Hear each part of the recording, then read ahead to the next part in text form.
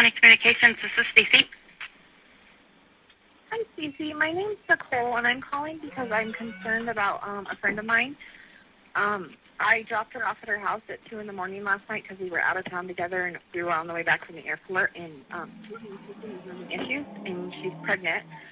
And I haven't been able to get a hold of her this morning, and I've gone to her house, and her car's there, and stuff like that, but she won't answer the door, she won't answer phone calls, she won't answer text messages, and I'm just really, really concerned. And she had a doctor's appointment this morning, and she didn't go to it, and I don't know what to do. I've called him and talked to him, and he said that she went on a play date with her other two daughters, but, like, if she went on a play date, they're both in car seats. Why would she not take her car? Perfectly understandable. Do you happen to know her address, Nicole? I'm asking to stand outside the house. It's 2825 Saratoga Trail in Frederick. And then I said, like, Chris, can you just come home and check to make sure she's okay? Because the shoes she wears every single day are right inside her door. Okay. And he was like, yeah, I'll be there in 30 minutes. Well, that was 45 minutes ago. And I called him and asked him again, can you please come home? And he's like, I'm 45 minutes out. Okay. Nicole, I'll go ahead and put a call in. I just need you, if you could please repeat her address to make sure I have it entered correctly. 2825. On the morning of August 13th, 2018, the first person to become seriously concerned was Shanann's friend, Nicole Atkinson. Shanann had returned home late the previous night from a business trip, but that morning something felt wrong. She was not responding, plans were being missed, and her friends became worried. Nicole went to the Watts home. Shanann's car was still there. Her personal belongings were inside, but Shanann and her two daughters were gone. In missing person cases, investigators immediately begin asking critical questions. Did someone leave voluntarily? Was there an accident? Or did something happen inside the place where they should have been safest? The smallest details can become important. A phone, a vehicle, personal belongings, the condition of a home. Every piece of information becomes part of a larger puzzle. When police arrived at the Watts home, they still did not know what they were dealing with. At this moment, Chris Watts was not a suspect. He was a husband and father reporting that his family was missing. He spoke with officers, he answered questions, he appeared willing to cooperate. This moment is important because it shows how difficult real investigations can be.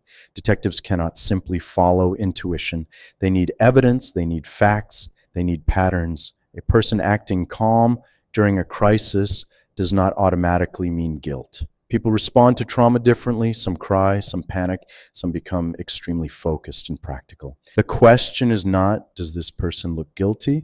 The real question is, do their words, actions, and evidence tell the same story?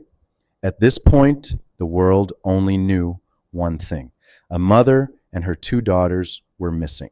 Chris Watts appeared to be a desperate husband asking for help. Some of the most disturbing stories do not begin in dark places. They begin in ordinary homes, in quiet neighborhoods, behind normal doors, places where, from the outside, nothing appears to be wrong. But investigators were about to discover that the story of a missing family was only the beginning, because the most important question was not where did they go?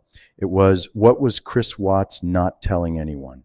Several hours after police entered the home, Chris Watts appeared in front of the media for the first time. At this moment, no charges had been filed against him. To the public, he was simply a husband and father whose family had disappeared, a man asking for help to bring them home. Pay attention to this public appeal. Chris Watts, W-A-T-T-S. Wow. What's going on right now around your house? Right now, you got K-9 units, the sheriff's department. Everybody's like they're doing their best right now to figure out like if they can get a scent, see where they went. If they went on foot, they went in a car, or they went somewhere. And right now, it's just like they've been on point. They're going through the house trying to get a scent, and hopefully they can pick something up to where it's going to lead to something. What happened? Your wife came home. Tell me what's.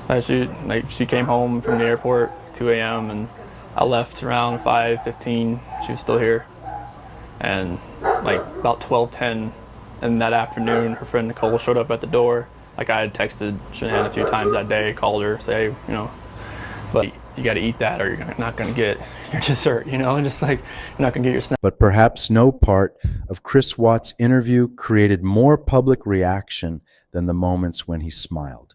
When people saw these images, many had the same question: how can someone whose family is missing smile? This is where we need to be careful.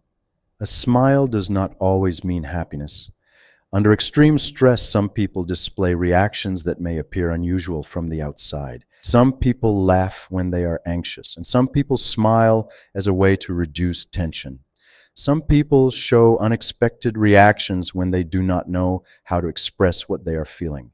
But in the case of Chris Watts, it was not only about one smile.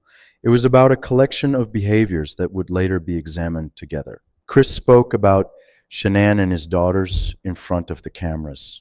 He said he hoped his family would return safely, but years later, this interview would become one of the most analyzed moments of the entire case. One of the most difficult tasks in criminal investigations is separating genuine emotion from what we expect emotion to look like.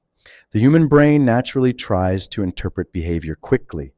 If someone cries, we assume they are grieving. If someone appears calm, we assume they do not care. But human psychology is far more complicated than that. A single behavior can never reveal the full truth. What investigators look for are patterns. Do a person's words match their actions? Does their story remain consistent over time? Do new pieces of information force them to change their version of events? One thing that later attracted significant attention was the way Chris spoke about his family.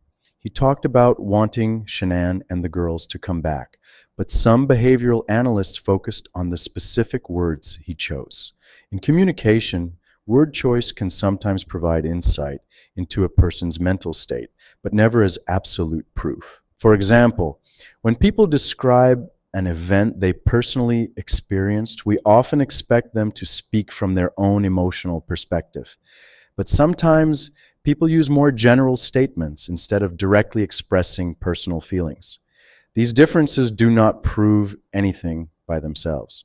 But during an investigation, small details like these can lead detectives to ask more questions. One of the most important early pieces of evidence in the investigation was the neighbor's security camera footage. The camera captured moments from the morning of that day. For investigators, security cameras around a crime scene are like an external memory. They record things people may forget, hide, or explain differently later. In investigations, contradictions usually do not begin with one massive lie. Sometimes they begin with small inconsistencies. A timeline that does not make sense. A movement that does not match the story. A small detail that requires an explanation. One question many people ask is, if Chris was responsible, why didn't police arrest him immediately? But real investigations do not work like movies.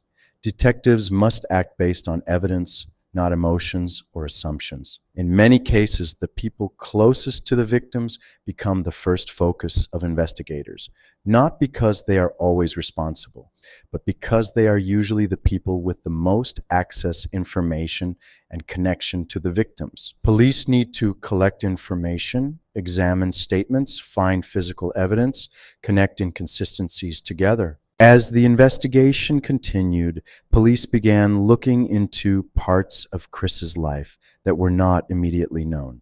One of the most important discoveries was Chris's relationship with Nicole Kessinger, a relationship that revealed Chris had been living a different life in the months before the incident, separate from the image his family and friends knew. Having secrets or a private life does not automatically make someone dangerous. But when a person becomes invested in protecting a certain image and hiding more and more information, psychological pressure can increase. In some situations, instead of confronting a problem, people attempt to remove the problem itself. And in the case of Chris Watts, investigators discovered that behind the story of a missing family, there was another story waiting to be uncovered. In less than 48 hours, the image of a worried father began to change. But the most important part of the investigation was still ahead. The moment when police decided to place Chris Watts alone in an interrogation room and begin breaking apart the story he had created. By this point, investigators had collected enough information to know that something about Chris Watts' story did not make sense. The timeline, the unanswered questions, the inconsistencies, the information they were discovering about his personal life. But suspicion is not proof, and in a criminal investigation, the difference between a theory and a case is evidence. So investigators from the Colorado Bureau of Investigation brought Chris Watts in for a formal interview. This was no longer a conversation in his home, no longer a conversation in front of cameras. This was a controlled environment. The environment itself changes human behavior. At home, people usually feel a sense of control. They know the surroundings. They know where they are. They can end a conversation by walking away. But inside an interrogation room, that dynamic changes. The investigator controls the structure of the conversation, the questions, the timing, the direction. If you look at this scene, the first thing that may catch your attention is the physical positioning of the people in the room. Chris is sitting in a chair while the investigators are positioned across from him. This type of arrangement is not accidental. In professional interrogations, the environment plays an important role. The goal is to create a controlled setting, a place where the individual cannot easily avoid the subject or steer the conversation in whatever direction they want. When a person is in their own environment, they often feel a greater sense of control. A home, a car, or a familiar location can create a feeling of security. But an interrogation room sends a different message. Here, the rules of the conversation are determined by the investigator. However, the purpose of a professional interrogation is not to force someone into a confession through illegal pressure. The goal is to gather information and identify inconsistencies. For someone trying to maintain a false narrative, this environment can create additional psychological pressure. One of the most interesting aspects of this interview was the approach taken by investigators. They did not immediately accuse Chris. They did not begin by saying, we know you did it. Instead, they allowed him to speak. Why? Because information is often more valuable than confrontation. When someone is telling the truth, their story usually remains consistent. When someone is creating a story, maintaining every detail becomes much harder. Investigators often look for changes in explanations, missing details, contradictions, emotional reactions, and responses to unexpected questions. The goal is not to catch someone with one magical question. The goal is to create a complete picture. A lie is not only a false statement, it is a mental task. A person who creates a false story has to remember what they said, what they did, what other people know, what evidence exists. Psychologists call this cognitive load. The brain has limited resources. When someone is trying to manage emotions, remember a constructed story, and respond to pressure at the same time, maintaining control becomes more difficult. This is why investigators often ask the same question in different ways, not because they forgot the answer, but because they are studying consistency. During the interview, investigators continued applying pressure through conversation. They challenged parts of Chris's explanation. They asked about his relationship. They asked about the events of that morning. Slowly, the story began to move. The version Chris originally presented was no longer holding together in the same way. One of the most important things in analyzing statements is not simply what someone says, it is how the story evolves. Real memories can contain mistakes, people can forget details, but a major change in the structure of a story raises questions, especially when the changes appear after new information is introduced. Investigators then move to another stage of the process, a polygraph examination. The polygraph is one of the most misunderstood tools in criminal investigations. Despite what movies often suggest, a polygraph machine does not literally detect lies. It measures physiological responses, such as heart rate, breathing patterns, sweating responses, blood pressure changes. The theory behind it is that deception may create stress, and stress may produce measurable physical reactions. However, the science and accuracy of polygraph testing remain debated. A person can react physically for many reasons: nervousness, fear, confusion, emotional distress. That is why investigators do not rely on a polygraph alone. They use it as one piece of a much larger investigation. During the examination, Chris was asked direct questions, questions that went to the heart of the investigation. Did he hurt his family? Was he responsible for their disappearance? These questions placed him under enormous psychological pressure. One of the most intense psychological conflicts humans experience is the gap between reality and self-image. People often want to see themselves as good, as reasonable, as someone who is not capable of terrible actions. When reality threatens that self-image, the mind may attempt to protect itself through denial, justification, or shifting responsibility. After the polygraph examination, investigators continued speaking with Chris. Eventually, the story reached a breaking point. Chris began to change his account of what happened. But even then, the first version he gave investigators was not the complete truth. He attempted to create a story where responsibility was shifted away from himself. This moment is important because it shows a common pattern in some criminal cases. A person may not move directly from denial to full admission. There can be stages: denial, partial acknowledgement, minimizing responsibility, and finally, a more complete confession. Each stage represents a different level of confrontation with reality. Investigators now had a confession, but they still needed answers.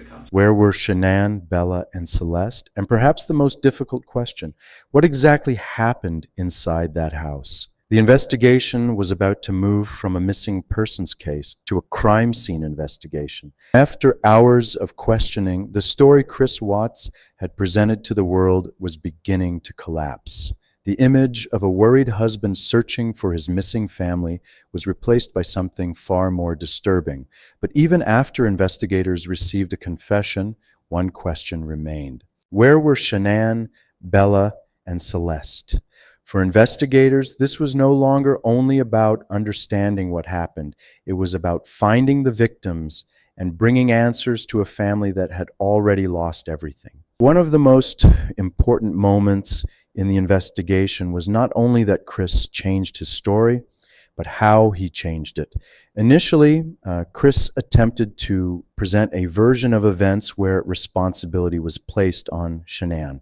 This became a critical moment for investigators. In extreme situations, people sometimes attempt to protect their own identity by creating explanations that reduce their personal responsibility. This does not mean every person who changes a story is guilty. People can change memories. People can become confused. People can misunderstand events. But when a story changes after pressure, evidence, or confrontation, investigators pay close attention because the question becomes, is this person remembering differently, or are they adapting their story? After the investigation moved forward, authorities focused their attention on the location connected to Chris's workplace, a place where Chris spent much of his professional life, a place that appeared ordinary, industrial, routine. But investigators discovered that this location held the answers they were searching for. The discovery transformed the case completely. The missing persons investigation had become a murder investigation. One of the reasons this case affected so many people was the contrast between ordinary surroundings and extraordinary tragedy. The location was not a place people expected to associate with such a devastating crime. It represented one of the most unsettling ideas in true crime: that unimaginable events can happen in places that appear completely normal. Behind every criminal case are not just suspects and investigators. There are victims, families, friends, communities. For Shanann's family, the loss was impossible to measure. The public often becomes focused on understanding the offender. Why did he do it? What was happening in his mind? But it is important not to lose sight of the people whose lives were taken. True crime can create a strange balance. We study offenders because humans want to understand extreme behavior, but understanding should never become sympathy for the actions themselves. The center of every victim-centered investigation should remain the people who were harmed. In November 2018, Chris Watts appeared in court. He faced multiple charges related to the deaths of his wife and daughters. The case had already attracted enormous public attention. People around the world had followed the investigation from the first missing person report to the confession. But the courtroom would become the final stage where the legal consequences were determined. In many high-profile murder cases, prosecutors may pursue the maximum possible punishment. In Colorado, the possibility of seeking the death penalty was part of the legal discussion, but Shanann's family ultimately did not want the death penalty pursued. This decision surprised many people, because people often assume that the greatest pain must lead to the greatest punishment. But victims' families respond to tragedy in different ways. Some seek the maximum punishment, some seek closure, some want to avoid years of additional legal battles. There is no single way to process unimaginable loss. Chris Watts eventually pleaded guilty to multiple charges. He received 5 sentences of life imprisonment without the possibility of parole. Additional sentences were also given for other charges connected to the case. The legal process was over, but public questions about the case remained. Perhaps the biggest question surrounding this case is not only what happened, but how could someone reach that point? In criminology, the term family annihilator is sometimes used to describe individuals who kill members of their own family. However, it is important to understand that this is not a diagnosis. These cases are not all identical. There is no single personality type that explains every situation. Researchers often examine patterns. Possible factors studied include severe personal crisis, relationship breakdown, financial pressure, feelings of failure, desire to escape consequences, attempts to maintain a certain image. But these factors alone do not create violence. Millions of people experience stress, heartbreak, and failure. The overwhelming majority never commit such acts. The question is not simply, what problems did someone have? The deeper question is, how did that person choose to respond to those problems? The Chris Watts case continues to disturb people because it challenges our understanding of human behavior. Lesson 1, appearances can be misleading. A person can look normal, they can smile, they can have a career, they can appear trustworthy, but understanding someone requires more than seeing the image they present. Lesson 2, avoiding problems does not make them disappear. Difficult conversations, relationship problems, personal failures, these are painful parts of life. But avoiding reality often creates bigger consequences. Lesson 3, understanding is not excusing. Studying cases like this does not mean defending the actions. Psychology helps us understand how humans think. It helps investigators. It helps society recognize warning signs. And hopefully, it helps prevent future tragedies. Chris Watts became known around the world because of one terrifying contradiction. He looked like someone people trusted. He lived an ordinary life. He appeared to have everything. And yet, behind that image, there was a reality that nobody around him fully understood. The tragedy of this case is not only what happened inside one home in Colorado. It is the reminder that every story has layers.